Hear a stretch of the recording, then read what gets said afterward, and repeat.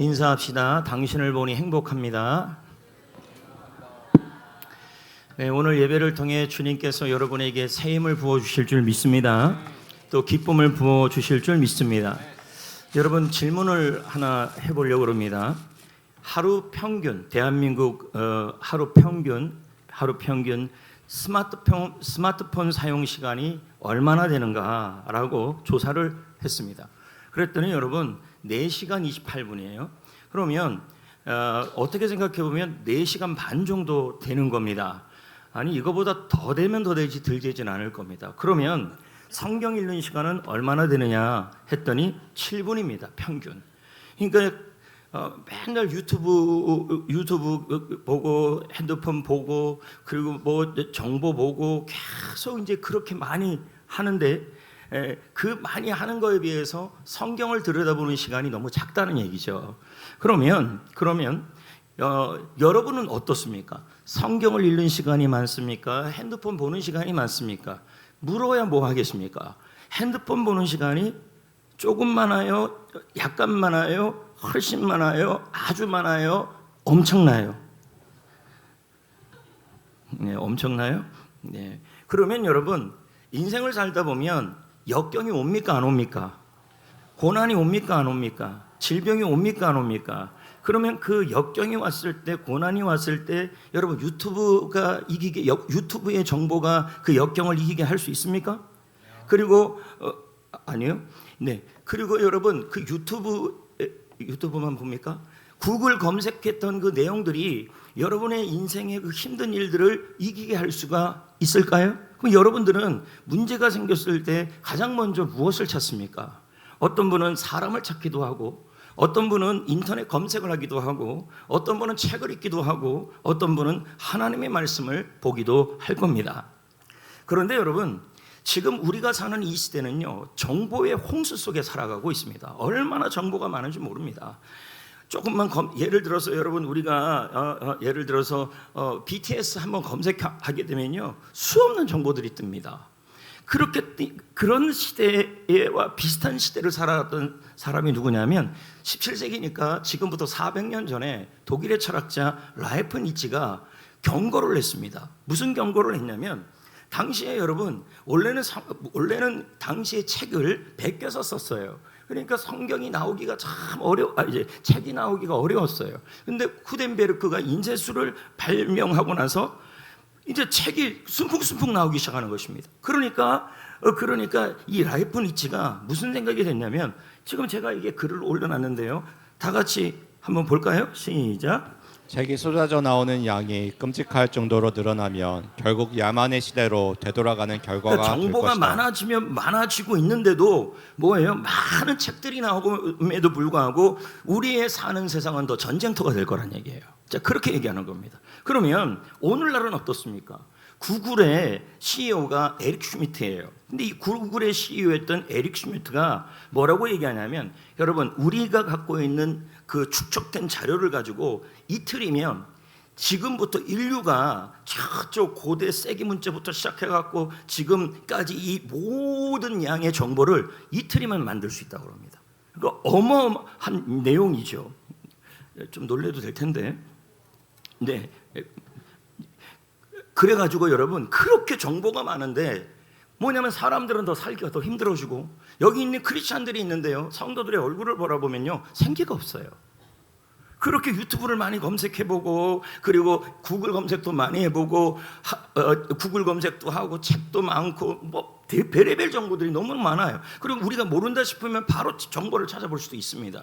그러니까 그런 상황인데도 뭐라 그러냐면, 닐 포스트만이 미디어 비평가인데요, 무슨 얘기를 했냐면, 우리는 어떤 정보가 중요한지를 판단하는 기준이 이제 없어졌다는 얘기예요.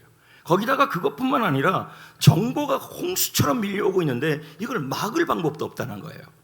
문제는 정보가 이렇게 많은데도 사람들은 뭐하냐면 그 정보로 고난을 이기거나 역경을 이기거나 질병을 이기거나 그러기가 참 어렵다는 얘기입니다. 여러분 한번 보자는 거예요. 게임에 대한 정보, 가끔 그러잖아요. 야, 이거 핸드폰 이거 어떻게 해? 그러면 그것도 몰라요 이럽니다. 그러니까 자기들이 훨씬 더 정보가 많다는 얘기죠. 그렇게 얘기하잖아요. 뉴스, 신문, 유튜브, SNS 수많은 정보들이 우리 주위에 넘쳐나고 있습니다. 이런 넘쳐나는 정보 속에서 그 어느 때보다도 살기가 어려워졌고 고난이 일어나고 장애물이 일어나고 염려가 일어나도 그 정보로는 이길 수 없는 현실입니다. 그래서 오늘 말씀은 정보의 홍수에 도전하라 주제 시리즈죠. 그리고 설교 제목은 하나님의 말씀에 운명을 걸면 형통의 약속이 이루어진다. 이게 말씀 제목입니다. 그럼 무슨 말입니까?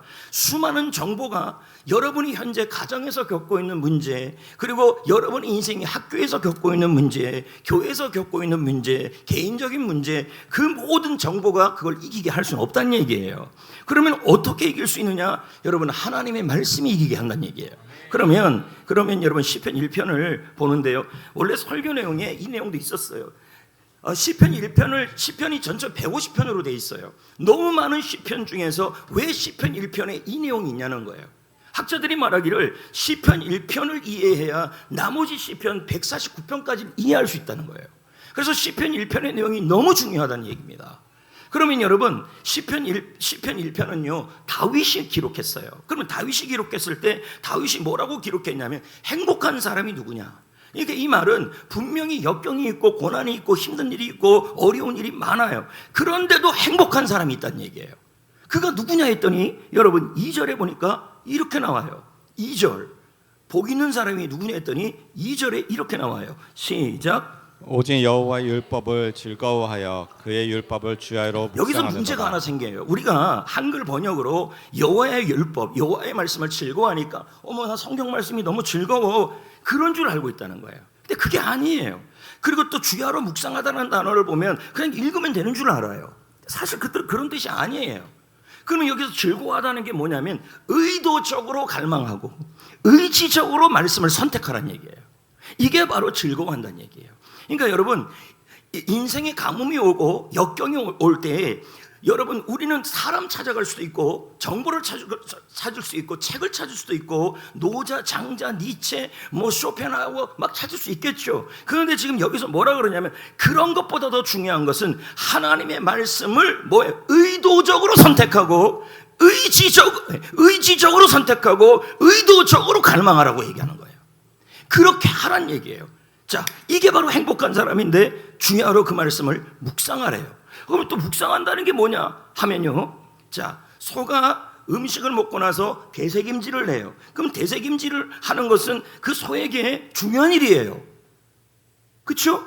그리고 여러분 비둘기가 구구거리는 게 내가 아직 물어보진 않았는데 굉장히 중요한 일일 겁니다. 그리고 여러분 사자가 으르릉 되는 게 굉장히 중요할 겁니다. 그 의미예요. 그리고 엄마가 아이에게 자장가를 불러줘요. 그럼 되게 중요한 일입니다. 그럼 뭐예요? 성경을 다 읽는 사람도 많아요. 그런데 성경을 읽든 대할 때 어떻게 읽어야 되냐면 그 내용을 내가 읽는 내용을 건성으로 읽지 말고 중요한 말씀으로 읽으라는 뜻이에요. 그러니까 다시 설명한다면 이런 거죠. 여러분이 연애편지를 받아본 적이 있잖아요. 그러면 연애편지를 읽을 때 건성으로 읽습니까? 건성으로 읽어요? 경험 있어요? 건성으로 안 읽어요. 그럼 어떻게 읽어요? 중요하게 읽어요. 그러니까 여러분 지금 이 말씀 행복한 사람은 어떤 사람이냐 했더니 하나님의 말씀을 의지적으로 선택하고 역경이 올 때 의도적으로 갈망하고 하나님의 말씀을 중요한 말씀이라고 생각하면서 읽으라는 뜻이에요. 이게 바로 뭐냐면 여호와의 율법을 즐거워하고 그 율법을 주야로 묵상한다는 뜻이에요. 그러면 여러분 자 보십시오. 여기를 여러분 우리가 인생을 살다 보면 분명히 역경의 가뭄이 오고 물질의 가뭄이 오고 건강의 가뭄이 와요. 사역의 가뭄이 와요. 그러면 이제 성도들이 뭐라 그러냐면 얼굴에 뭐라 그러냐면 너무너무 힘들다고 얘기를 해요. 맞는 얘기죠.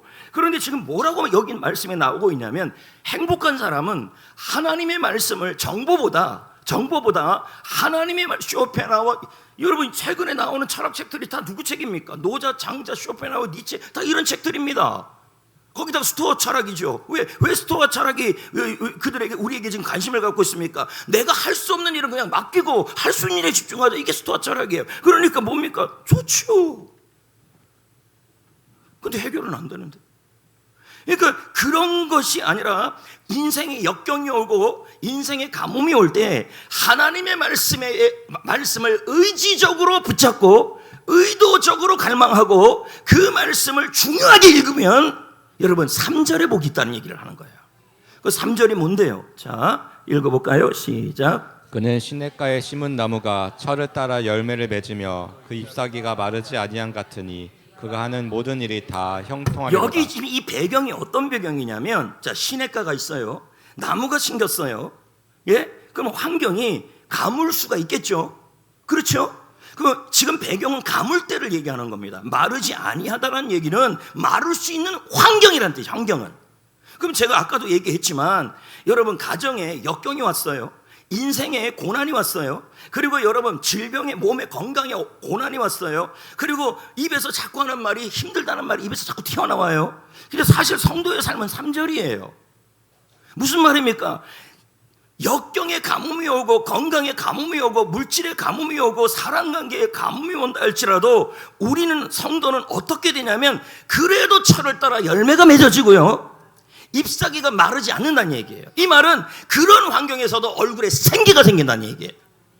그리고 결국은 그가 하는 모든 일이 다 형통해진다는 얘기예요. 그러면 이걸 제가 쉽게 좀 설명하면 형통은 뭐냐 하면 잘 되는 것이라고 생각해요. 그렇지 않아요. 형통은요, 지금 형통은 잘 되는 것인데 역경도 없고 그리고 고난도 없고 그리고 건강도 안 아프고 이게 형통이라고 생각해요. 지금 이 배경은요, 가뭄은 있다는 얘기예요. 건강의 가뭄, 인간의 가뭄, 인생의 가뭄, 물질의 가뭄, 수많은 인생의 가뭄들이 있어요. 그럼에도 불구하고 하나님이 그 사람의 잎사귀를 마르지 않게 한다는 말은 그럼에도 얼굴에 힘이 생기고 그리고 열매를 맺고 결국은 그 고난이나 역경이 나중에는 합력하여 선을 이루게 된다는 얘기예요. 로마서 8장 28절에 된다는 얘기죠. 그러면 여기 보면 시냇가에 나무가 어떻게 되어야 된다고 나와요? 응? 어떻게 돼야 돼요? 그러면 여러분 한번 생각을 해보자고요. 여기 이제 물이 있고 시냇가가 있어요. 그러면 가물어요. 물 이러면 안 돼. 물 없어야 돼요. 가물어요. 그러면 이 가문 나무가 시냇가에 심겨지는 일은 나무의 생명과 관련된 일이에요. 맞잖아요. 만약에 여러분 시냇물이 없는 상태에서 이 나무만 있는 상태에서는 잎이 말라요. 그리고 여러분 이 나무는요 어떻게 됩니까? 힘이 없어요. 근데 문제는 오늘날 크리스찬이 지금 이러고 있어요. 우리 교회 성도들이 최근에 제일 많이 하는 말이 뭔지 아십니까? 못한다, 안 된다, 할 수 없다, 지쳤다.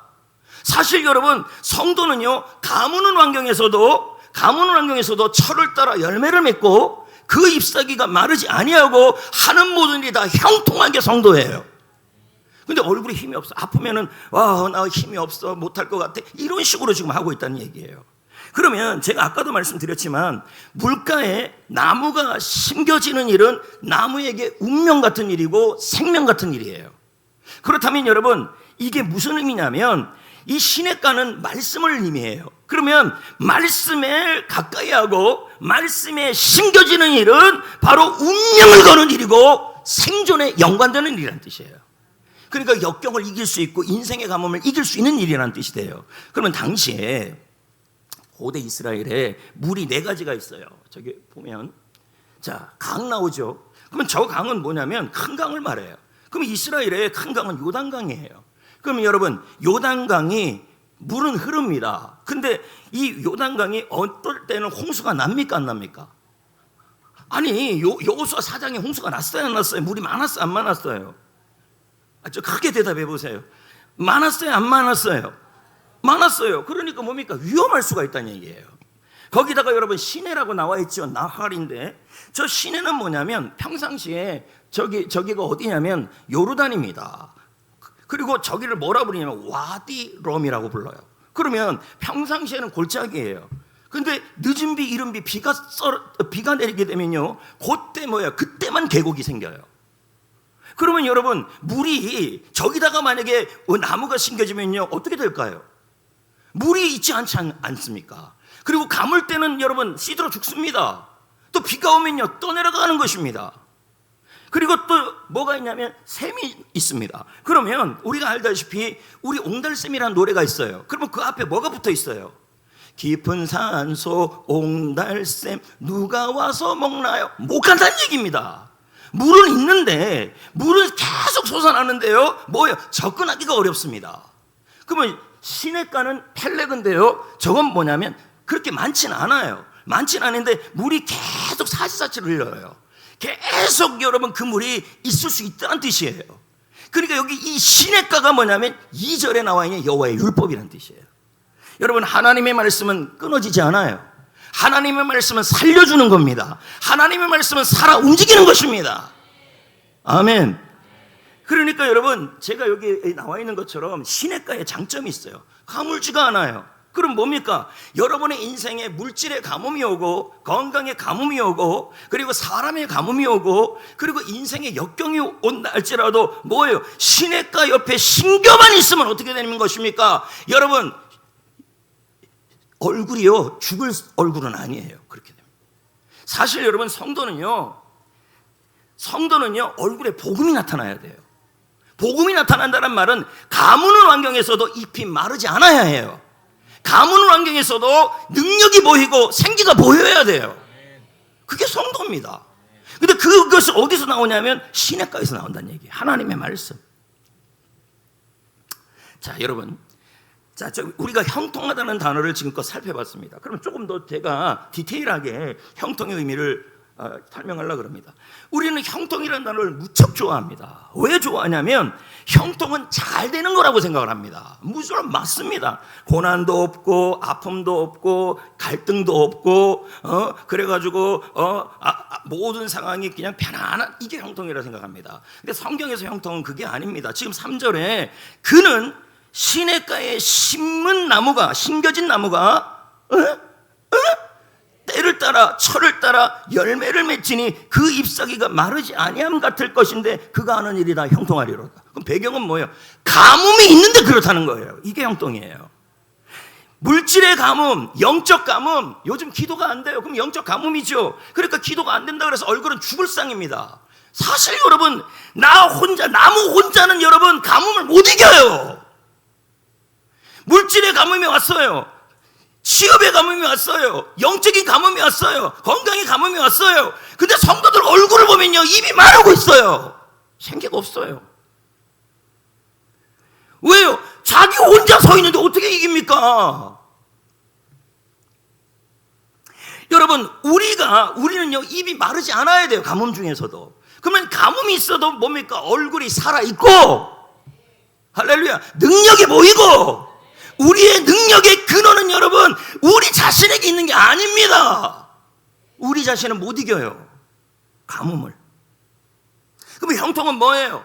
하나님이 지금 현재 나에게 일어나는 고난과 역경의 가뭄이 있을지라도 하나님이 그 가뭄을 협력하여 선을 이루어서 돌파하게 해서 나중에 결국은 열매가 되게 하고 잘 되게 만들어서, 그러면 열매는 나만 먹어요, 남도 먹어요. 그러니까 모든 사람을 이롭게 하는 게 형통입니다. 홍익인간이라고 알아요? 좀 비슷합니다. 아니요, 그러면 안 되죠. 홍익인간 in the Jesus Christ 그러면 됩니다. 여러분, 저기 10대들이 앉아 있어요. 저봐, 엄청나게 귀찮아서 앉아 있어요. 그럼 저기 10대가 앉아 있어요. 그러면 쟤네들은요, 제가 가갖고 노트북에서 정보 이거 하면 쟤네들은 알아요. 나는 몰라요. 그리고요, 검색도 너무 잘해요. 유튜브도 너무 많이 알아요. 그럼 여러분, 10대 이 청소년들이요, 그렇게 그리고 또 주일날에는요, 뭐 하냐면 엄마들이 공부하라 그래요. 자, 그럼 여러분, 공부하고 정보를 얻고 책을 얻으면요, 위치를 얻고 자리는 얻어요. 취직도 할 수 있고. 근데 여러분, 취직한다 그래서 역경 없습니까? 에? 취직한다고 해서 안 아픕니까? 그리고 결혼한다 그래서 역경이 없습니까? 그러니까 뭡니까? 정보를 통해서는 역경을 못 이겨요. 저기 이게 통계 보십시오. 우리나라 청소년 자살률이요 OECD 국가 중에서 최고예요. 그럼 뭡니까? 쟤네들이 저보다 정보가 훨씬 많아요. 근데 그 정보로 역경을 못 이긴다는 얘기예요. 청년! 여러분, 청년! 얼마나 정보가 많습니까? 20대, 30대. 아마 저보다 여기 정재한 형제가 정보 검색도 더 잘할 겁니다. 그러면 그렇게 정보가 많으면 얼굴이 살아있어야 될 거 아닙니까? 근데 물어보면, 예를 들면, 뭡니까?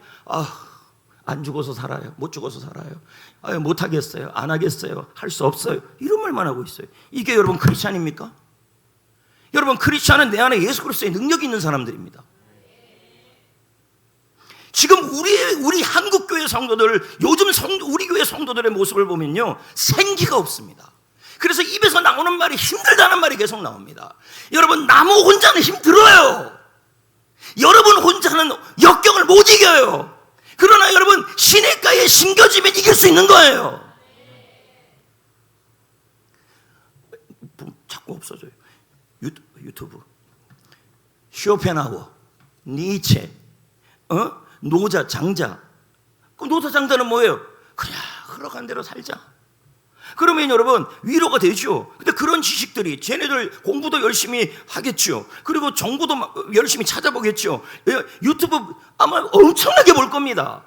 그렇게 유튜브 많이 보면 잘 살아야죠. 정보 많은데. 근데 왜 자살합니까? 왜 죽고 싶습니까? 너희 학생들도 분명히 예수를 믿는 사람이에요. 근데 학생들을 보면, 예를 들어 우리 교회 학생을 얘기하는 게 매가리가 없어요. 사실 성도는요, 뭐 해야 되냐면 가뭄 중에서도 입이 마르지 않고 가뭄 중에서도 열매를 맺는 게 성도예요. 근데 지금 안 그렇잖아요. 뭐 물어보면 뭡니까? 힘들어 죽겠다. 또 뭐 하자 그러면 못하겠다. 세상에 이게 크리스찬이 말입니까? 여러분, 크리스찬은 생기가 넘치는 사람들입니다. 할렐루야. 아멘. 아멘. 여러분, 형통은 뭐냐? 고난과 역경의 환경에 가뭄이 온다 할지라도 예수 그리스도의 말씀으로 말미암아 우리가 그 환경 속에서도 얼굴이 살아나고 말이 살아나고 행동이 살아나고 열매가 되어서 하나님이 결국은 모든 일을 유익으로 만들어줘서 그것이 나도 행복하고 남도 행복하게 만드는 겁니다. 그게 형통이에요. 그럼 제가 질문을 한번 해보겠습니다. 말씀의 운명, 제가 계속 그 얘기를 했어요. 여기 한번 보십시오. 제가 여러분들 이제 요즘 성전교회 우리 교회 성도들을 보면요, 뭐냐면 뭐가 자꾸 찌들려 있는 것 같고 찌든 때라고 할 뻔했어요. 찌들어 있는 것 같고 얼굴을 보면요, 제발 좀 뭐 안 했으면 좋겠다, 안 시켰으면 좋겠다. 여러분, 이게 그리스도인입니까? 제가 늘 하는 말이 있습니다. 나무 혼자는 못합니다. 시냇가에 심겨야 합니다. 내게 능력 주시는 자 안에 살 수 있습니다. 그럼 여러분, 말씀에 운명을 건다는 말이 뭘까요? 우리가 시냇가에 심겨야 된다는 말이 결국은 여러분 예수 그리스도에게 뿌리를 내린다는 말입니다. 왜 그렇습니까? 요한복음 1장 14절을 보십시오. 뭐라고 나와 있습니까? 말씀이 육신이 되어 우리 가운데. 그럼 뭐예요? 말씀이 예수님이라는 얘기잖아요. 그럼 여러분, 말씀이 예수님이고 얘가 말씀의 뿌리를 내리는 것은 예수님께 심겨지는 것이고, 예수님께 운명을 거는 것은 말씀에게 운명을 거는 것이고, 말씀을 진지하게 읽고 말씀을 갈망하는 것은 예수님을 갈망하는 것이고, 말씀을 건성으로 읽는 것은 예수님을 건성으로 사랑하는 것이다.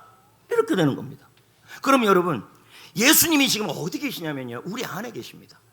골로새 1장 27절에 그리스도는 너희 안에 있다 그랬습니다. 그러면 그 그리스도는 뭡니까? 모든 믿는 자들에게 구원을 주시는 하나님의 능력입니다.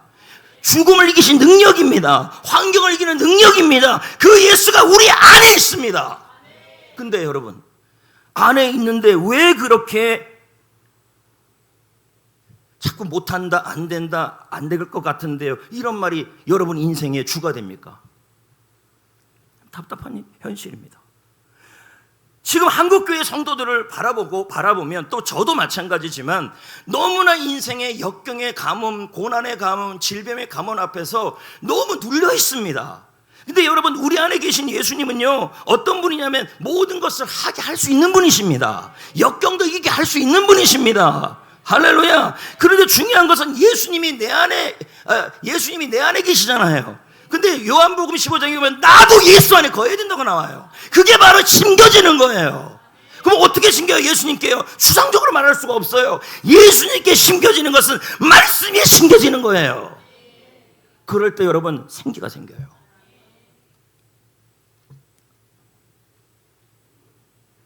여러분, 시편 1편에 보면요, 악인이라는 단어가 많이 나와요. 근데 우리 그거 읽을 때 무슨 생각을 하냐면, 나는 악인이 아니라고 생각해요. 사실 여러분, 문맥을 통해 본다면 악인은 죄를 많이 짓는 사람이 아닙니다. 뭐냐면 하나님의 말씀을 의지적으로 선택하고 의도적으로 갈망하고 중요한 말씀으로 여기지 않는 사람이 악인입니다.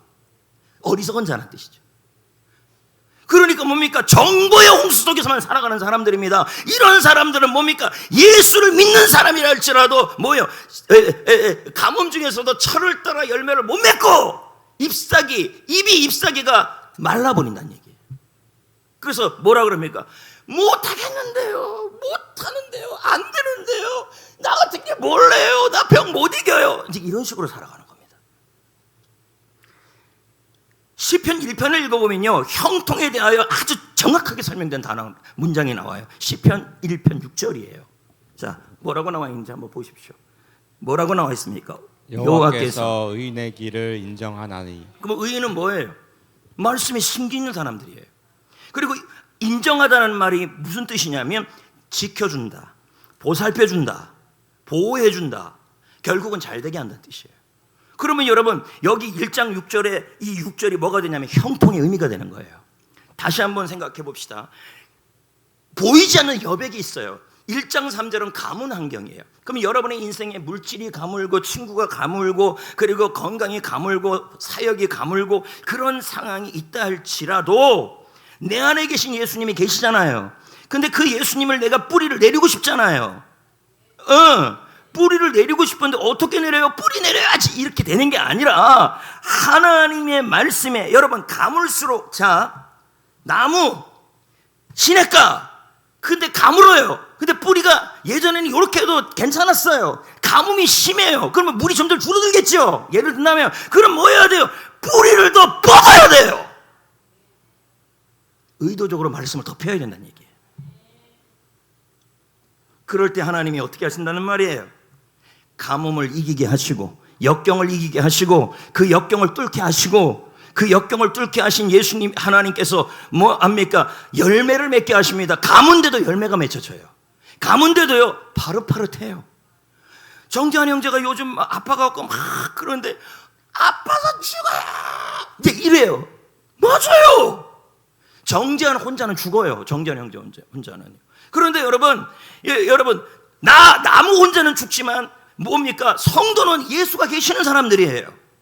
그러면 예수님이 나 안에 계시고 요한복음 15장에 나도 예수 안에 거하면 나를 떠나서는 아무것도 못한다 그랬어요. 나 혼자는 못 이겨요. 그럼 어떻게 해야 돼요? 나도 예수 안에 거해야죠. 어떻게 거해요? 말씀에 뿌리를 내려야죠. 어떻게 내려요? 말씀을 의지적으로 여셔야 돼요. 말씀을 의도적으로 갈망해야 돼요. 말씀을 중요하게 읽어야 돼요. 그게 심기는 거예요. 그게 형통이고요. 그럼 여러분, 제가 형통의 의미를 설명하면서 좀 더 쉽게 한번 설명해 보겠습니다. 요셉 알죠? 요셉 알잖아요. 그러면 요셉이 형제들에게 미움을 받았죠. 미움을 받았어요. 그런데 형통하다고 그랬어요. 그러면 미움이 없어요? 있는데 형통한 거예요. 그러면 보디발의 집에 잡혀갔어요. 노예예요.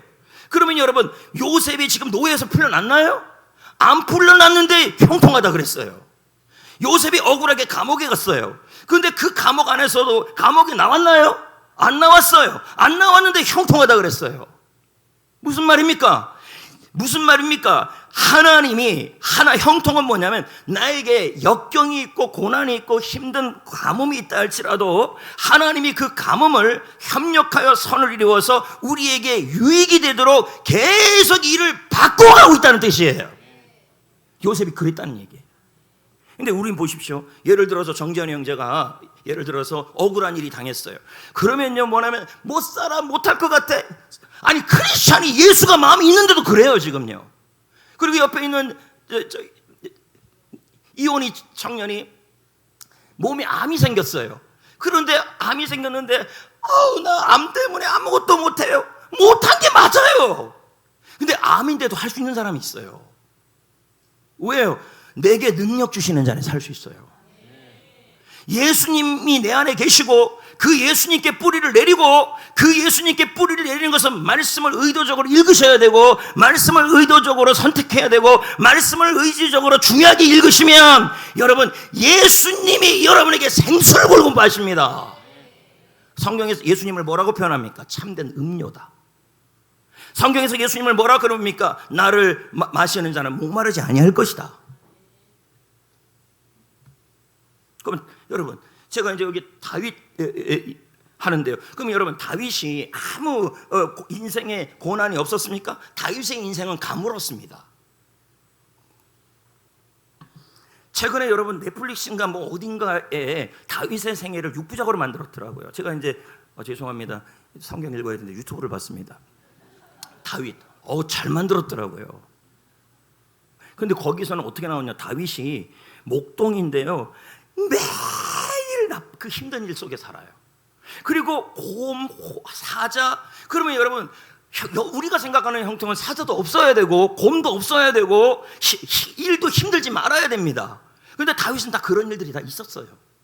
거기다가 여러분, 압살롬이 힘들겠죠? 사울이 힘들겠죠? 역경이 계속 따라다녔죠? 근데 다윗은 뭐라 그럽니까? 나의 힘이 되신 여호와여, 이렇게 나갑니다. 근데 우리는 뭐라 그럽니까? 아우, 힘들어 죽겠어, 못하겠어, 안 되겠어, 나는 나 건들지 마 하면서 얼굴이 뭐가 돼 있습니까? 생기가 하나도 없습니다. 여러분, 우리의 생기는 여러분 자신에서 나오는 게 아닙니다. 예수에게서 나오는 겁니다. 그리고 그 예수는 예수는 하나님의 말씀입니다. 예수가 내 안에 거하면 나도 예수 안에 거해야죠. 그 거한다는 게 뭐예요? 심겨지는 거예요. 여러분, 여기 말씀에 사무엘상 18장 14, 여러분, 다윗이 얼마나 말씀을 사모했는지 몰라요. 지금 시편 1편도 다윗이잖아요. 시편 119편도 다윗이에요. 시편 119편도 다윗의 고백이에요. 엄청난 말씀이에요. 그럼 뭐예요? 다윗은 여러분 정보로 산 게 아니라 하나님의 말씀에 운명을 걸었어요. 하나님이 어떡합니까? 형통하게 하셨어요. 자, 18장 14절 읽어보세요. 다윗이 모든 일에 지혜롭게 행하니라. 여호와께서 그와 함께 하시니라. 자, 그러면 이게 형통이에요. 형통, 역경과 고난과 장애물이 있다. 그럼에도 불구하고 뭐예요? 하나님께서 그 모든 일을 유익하게 만들어 주셔서 열매가 되게 하여 주신다는 거예요. 그래서 남들도 행복하게 만들어 주는 거예요. 다윗이 그랬다는 얘기예요. 그 다윗이 어떻게 형통했습니까? 왕이 됐죠? 맞잖아요? 블레셋 이겼죠? 통일왕국 이뤘죠? 그리스 가문이 이뤘죠? 결국은 열매를 맺었어요.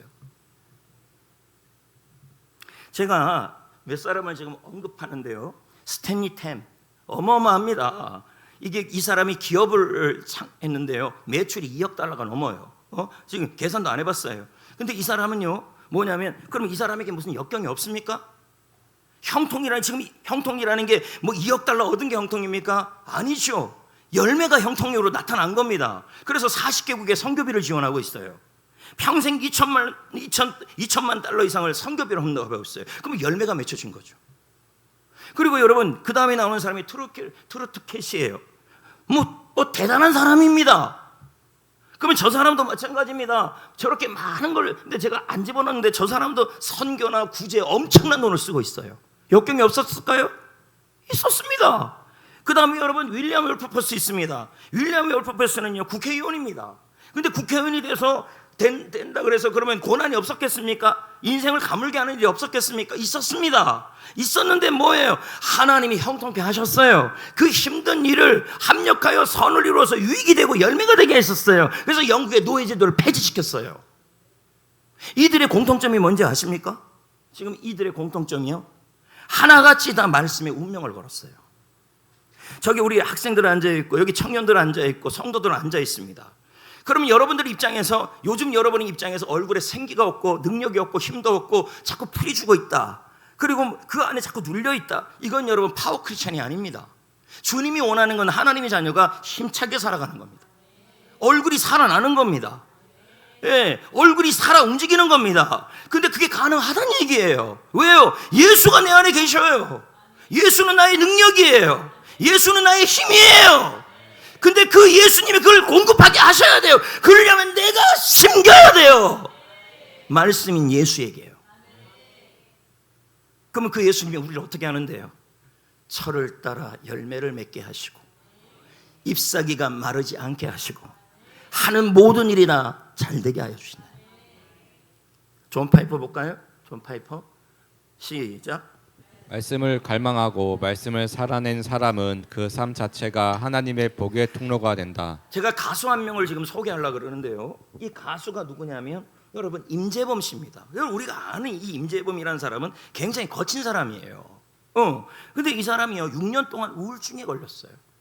이 사람이 고난이 있는 거죠. 인생의 역경이 있죠. 자기 자신 나무 혼자는 마음의 병도 육신의 병도 못 이겨요. 예? 그래서 매일 밤 어떻게 죽을까 고민했다 그러더라고요, 임재범 씨가. 그러다가 아내가 눈물로 기도를 많이 했다 그래요. 그래서 성경책을 한번 이렇게 놓고 갔어요. 그리고 제발 부탁인데 한 번만 성경을 좀 읽어보라고. 그러다가 성경을 펼쳐서 읽었어요. 여러분, 하나님의 말씀을 의지적으로 선택하고 하나님의 말씀을 의도적으로 갈망하고 그 말씀을 건성으로 읽는 것이 아니라 한 절을 읽든 두 절을 읽든 중요한 말씀으로 읽어야 돼요. 그게 심기는 거예요. 그가 뭐라 그럽니까? 우울증이 사라졌어요. 그리고 그가 뭐라 그럽니까? 나를 살린 것은 말씀에서 비롯된 믿음이었다. 그리고 이제 더 이상 죽음을 생각하지 않아요. 그러면서 지은 노래가 노래방 남자들의 헤어지고 나서 부르는 노래 고해입니다. 그러면 그 고해에서 내가 찾아봤어요. 어찌합니까? 어떻게 할, 이 노래입니다. 그러면 어찌합니까? 어떻게 합니까? 이 말은 뭐예요? 지금 자신의 인생의 가문에서 어떻게 할지 모르겠다는 얘기예요. 여기 그녀가 나와요. 이 그녀가 바로 하나님의 말씀이에요. 이 사람이 직접 얘기했어요. 어디 있나요? 피 흘리는 제 사랑을 알고 있나요? 뭐 그런 노래 있습니다, 여러분. 제게 그녀만 허락해 주세요. 이 그녀가 말씀이에요. 예수님은 우리 안에 계십니다. 그 예수님은 죽음을 이기신 부활의 능력이십니다. 그런데 지금 우리의 삶은 인생의 가뭄 앞에서 생기가 없어요. 입에서 나오는 말은 못한다, 안 된다, 안 될 것 같아. 제가 성전교회 초창기 왔을 때 이런 말 하지 말자 그랬어요. 근데 최근에 우리 교회 성도들이 입에서 제일 많이 나오는 말이 이런 말이에요. 지쳤다, 못한다, 힘들다, 안 된다, 안 되겠습니다. 여러분, 우리가 예수가 거하시는 성도들은요, 사실 어떤 삶을 살아가야 되냐면 가뭄 중에서도 때를 따라 철을 따라 열매가 맺혀지고요, 가뭄 중에서도 잎사귀가 마르지 아니하고요, 하늘이 형통한 능력 있는 모습이어야 돼요. 할렐루야. 그러기 위해서 여러분, 나도 주님 안에 거해야 돼요. 나도 주님에게 심겨야 돼요. 그것이 뭐예요? 하나님의 말씀을 사랑하고 그 말씀에 운명을 걸고 그 말씀을 선택하고 그 말씀을 진지하게 보는 겁니다. 근데 여기 보십시오. 제가 보면 직장인들이 여기 있습니다. 그러면 여러분, 직장생활 공부 열심히 해서 직장에 들어갔습니다. 자, 그러면 여러분, 정보와 공부는 여러분에게 포지션을 주고 위치를 줍니다. 근데 여러분, 직장인이라고 해서 무슨 고난이 안 없는 게, 고난이 있어요. 근데 직장 생활에 갔다가 성도들이 얼굴과 삶의 모습에 못하겠다, 안 하겠다, 생기를 다 잃어버리고 산다는 얘기입니다. 주님이 내 안에 계시는데도 파워 크리스찬이 아니에요. 왜 그렇습니까? 주님 안에 내가 안 거하니까 그런 거죠. 하나님의 말씀을 한 구절이라도 읽어야 합니다. 제가요, 꾸준함의 힘이라는 책을 봤어요. 근데 어떤 일을 꾸준하게 루틴을 가지려면요, 내가 할 수 있는 아주 작은 것부터 하라 그래요. 그래서 제가 이렇게 써놨잖아요. 뭐예요? 성경 한 구절부터라도 하자는 거예요. 오늘, 내일 쉬워요. 성경 한 구절은요. 그렇게 읽어보라는 거예요. 그게 뭡니까? 심기는 거예요. 자동차 안에서 운전하다가 어떻게 성경을 읽어요? 그건 뭡니까? 말씀을 틀어놓는 거죠. 들을 때 진지하게 듣고. 여기 학생들이 앉아 있어요. 그럼 저 학생들은 공부가 뭐가 되냐면 자신들의 인생의 위치를 만들어줘요. 그래서 여러분 중간고사 기간에 기말고사 기간에 교회 안 나와요. 왜? 정보 얻어야 되니까, 공부해야 되니까. 공부 열심히 해봐요. 포지션은 올라가요. 성적은 올라가요. 근데 여러분 내 성적이 10등에서 너무 그랬나? 내 성적이 30등에서 10등으로 올라가도요, 그 10등의 자리에도 가뭄은 있어요. 그래서 학생들에게 제가 말하고 싶어요. 전도사님이 설교할 때 뭐예요? 의지적으로 들어야 되고 의도적으로 갈망해야 되고, 핸드폰 하면 안 돼요. 그 핸드폰 봤다 그래가지고 그 핸드폰의 정보가 지금 겪고 있는 그 어려움을 이기게 할 수가 없어요.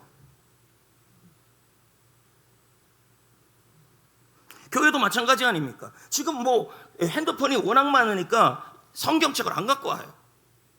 왜? 핸드폰이 너무 편하니까. 여러분 너무 사랑하는 여성이 있고 남성이 있는데 그 여성과 남성이 핸드폰에 글을 보내는 게 아니라 편지를 써줬네. 그러면 여러분 입장에서 핸드폰 들고 오는 게 더 감동받아요? 편지 들고 다니면서 어머 하는 게 더 감동받아요? 여러분 성경책 좀 들고 다닙시다. 그러면서 뭐 고난 이기길 바랍니까? 절대 그럴 수가 없습니다. 학생들 공부하기 전에 어렵지 않아요. 성경 뭐 한 장 읽으라고도 안 합니다. 한 절 읽으세요. 한 절. 시편을 보든지 잠언을 보든지. 그리고 진지하게 읽으시고. 여기 육아하시는 분들 알아요. 애 키우는 거 힘든 거 알아요. 애 키우고 그리스도인인데 얼굴은 죽을 상이에요. 이게 무슨 파워 크리스찬입니까? 힘든 건 알아요. 애 키우는 거 힘들고 다 알아요. 그런데 여러분 애 재운 다음에 유튜브 보잖아요. 애 재운 다음에 드라마 보잖아요. 그런데 어떻게 그러면 그 힘든 육아라는 그 고난을 이길 수 있습니까? 못 이깁니다. 애 재운 다음에 짧게라도 잠언 한 장이라도 읽으셔야 합니다. 그래야 여러분 이게 예수님 앞에 심겨지는 거예요. 요한복음 15장에 뭐라 그럽니까?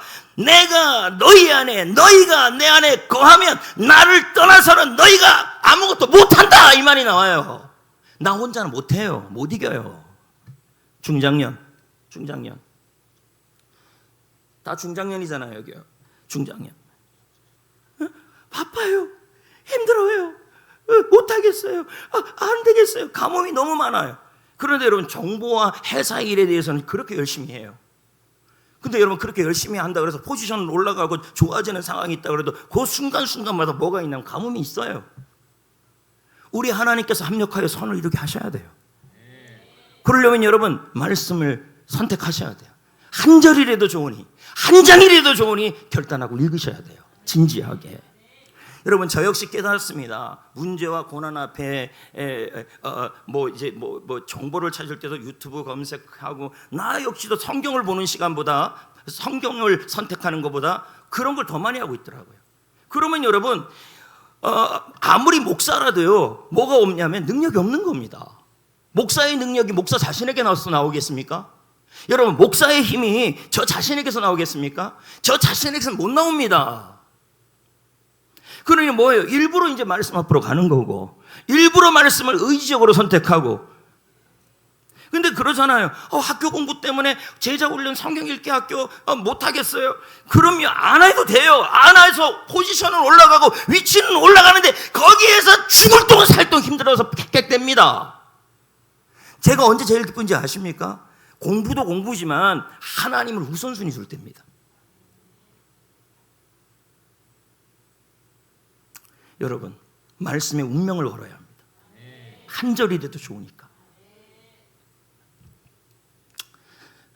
레마 찬양 불러봅시다.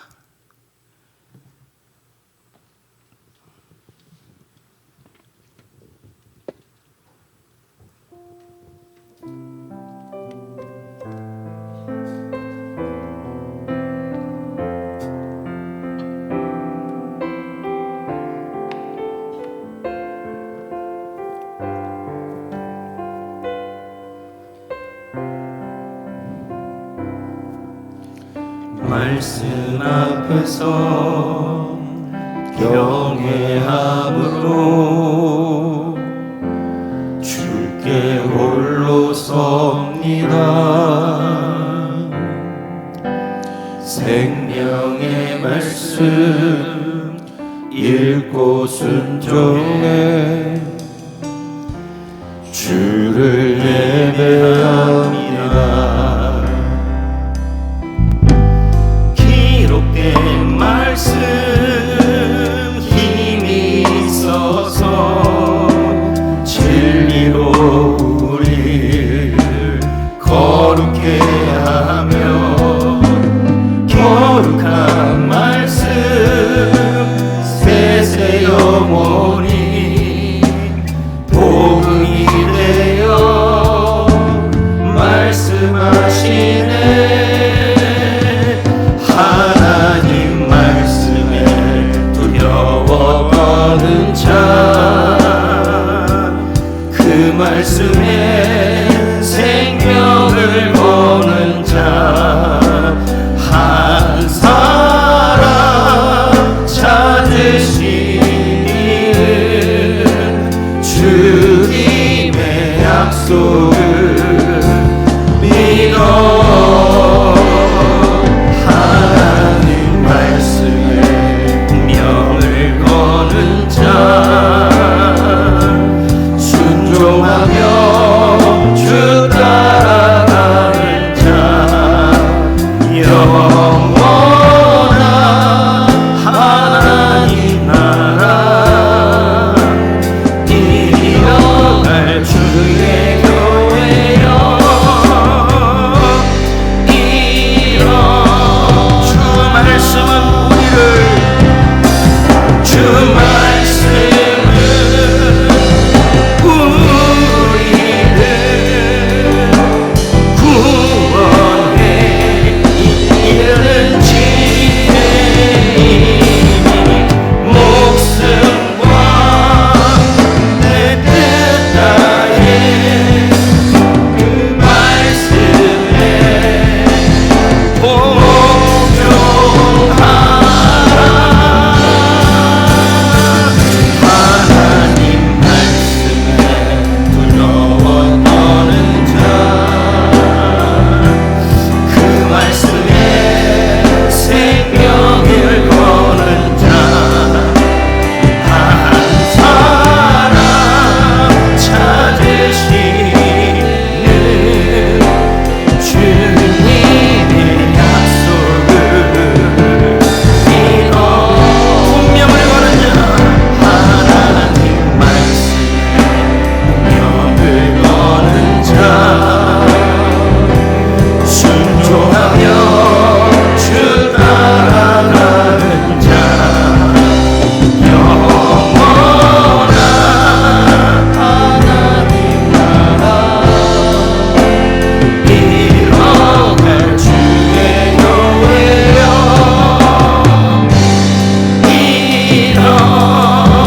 일어나라. 할렐루야. 여러분, 저는 여러분들이 말씀 앞에 서기를 원합니다. 그래서 여러분, 성경을 가능하면 읽도록 만들어주기 위해서 훈련 코스 안에 성경 읽독 학교를 만들었죠. 처음에 제가 시작할 때하고 지금의 교재는 많은 강의를 통해 피드백을 통해서 많이 달라져 있습니다. 그래서 그걸 보게 되면 훨씬 더 성경을 깊이 있게 이해해야 되고 재밌게 보게 되는 것이죠. 여러분, 이렇게 참여할 수도 있는 겁니다. 우리 교회가요, 여기 보면 중동 어린이 성경 보내기가 있어요. 그런데 저희가 한 달에 한 번씩 선교비를 보내요. 그런데 그쪽 단체에서 뭐라 그러냐면, 한 달에 한 번 선교비를 보내는 중동 어린이 성경 보내는 그걸 보내면 그 한 달에 그 비용을 갖고 중동의 한 학교에 성경책이 들어간대요, 전체가. 그럼 1년이면 12교회가 되는 겁니다. 여러분, 말씀에 가면 생명이 살아납니다. 이건 단순한 기부가 아니고 단순한 선교가 아니란 얘기죠. 저는 조지 밀러의 말을 인용하려고 합니다. 조지 밀러예요, 그렇죠? 읽어봐요. 시작. 나는 성경을 읽기 시작하고 난 이후로 하나님께서 내 삶의 지속적인 형통함과 공급함을 주셨다는 사실을 부인할 수 자, 없다. 그럼 여러분, 조지 밀러가 물질적 가뭄이 없었습니까? 이 사람이 여러분 고아 3,000명을 먹였습니다.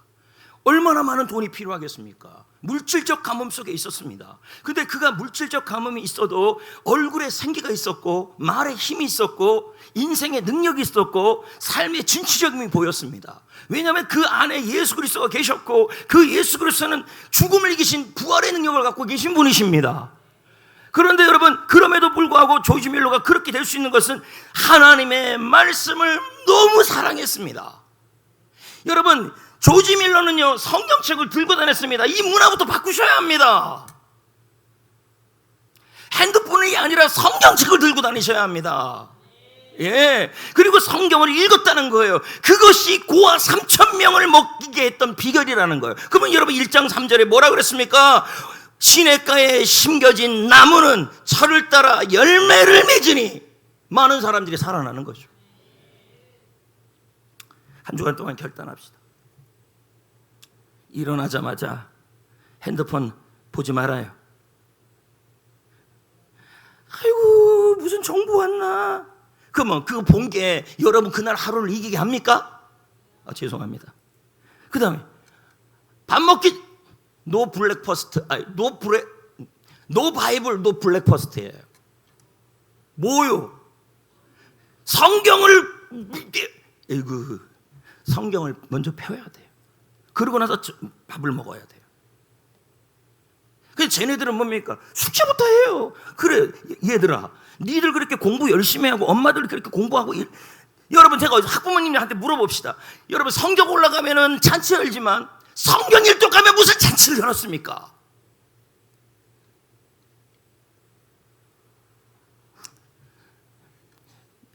성경 한 절이라도 잠들기 전에 핸드폰을 끌고 가지 마십시오. 충전기는 무슨 충전기입니까? 그냥 지가 알아서 다 충전되는데. 감사일기 쓰고 찬양 듣고 성경 한 절이라도 읽고, 그리고 우리 교회 매일 성경 있잖아요. 그거 읽고. 너무 어려운데요. 어려우면 한 절만 읽어요. 한 절을 읽어도 그걸 뭐예요? 의지적으로 선택하고 갈망하고 중요한 말씀으로 내가 대하면 되는 거예요. 성경 읽기만 참여하시고 이제 말씀을 맺으려고 그래요. 정보에 도전하라. 수많은 뭐 게임, 그리고 뭐 검색,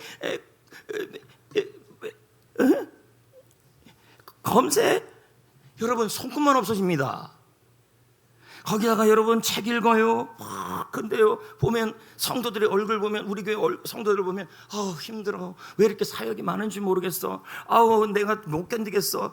내가 지쳤어. 여러분, 예수님 죽으셨습니까? 내 안에 계신 예수님이 죽으셨습니까? 내 안에 계신 예수님은 부활의 능력 있는 분이신데요. 여러분 스스로는 못하지만 내게 능력 주시는 자는 살 수 있다가 정상이에요.